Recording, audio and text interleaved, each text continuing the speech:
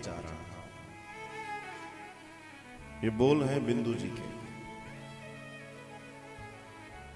अमृत वही कई ऐसे सुंदर भजनों का हमें सौगात दी है उन्होंने।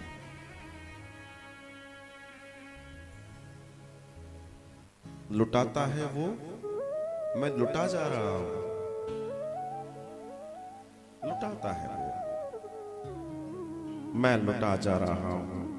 और मिटाता है वो, मैं मिटा जा रहा हूं। राजी है हम उसमें जिसमें तेरी रजा है। यही अध्यात्म है, यही समझना है, यही जानना है। जाहि विधि राखे राम, जाहि विधि।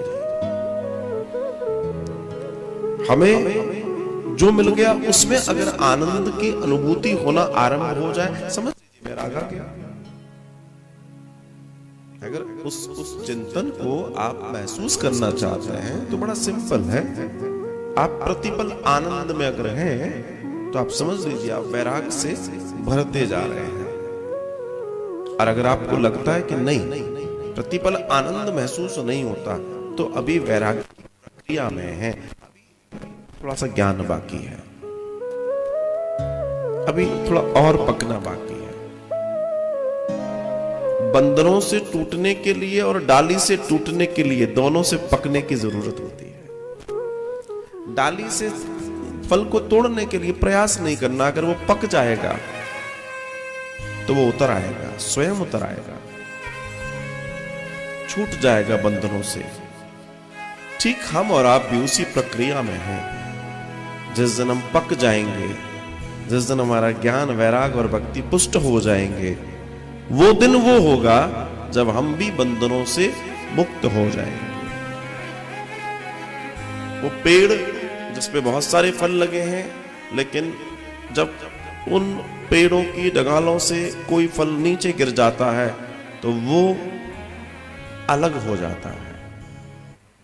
ऐसा नहीं है कि उस फल का उपयोग नहीं होगा, उस फल को भी लोग खाते हैं, उस फल का भी उपयोग होगा, लेकिन वो बंधन से छूट गया। पकने की अवस्था बंधन से छुड़ा देती है। ज्ञान वैराग को पुष्ट कर लें तो आप बंधन से मुक्त हो जाते हैं। और यही वो प्रक्रिया है जिसको जानने का जो सिद्धांत है वो भागवतम हमें बताती है कि आप अपने आप को कैसे इस प्रक्रिया से जोड़कर महान बन सकते हो, अर्थात अपने वैराग को पुष्ट करने का प्रयास कर सकते हैं। कई बार इस बात की तो हमें भान रहता है कि मैं वैराग हूं या वह लेने वाला हूं या वैरागी हूं, लेकिन कई बार वो कर्म जीवन में नहीं होता जो वैराग को पुष्ट करता है। कई बार हम ये तो बताते हैं कि हम भगत हैं, लेकिन हमारी एक्टिविटीज नहीं बता पाती कि हम भगत हैं। कई बार हम ये तो कहते हैं हम ज्ञानी हैं, लेकिन हमारा ज्ञान दिखता नहीं है। कई बार ये दोनों चीजें समझने की हैं।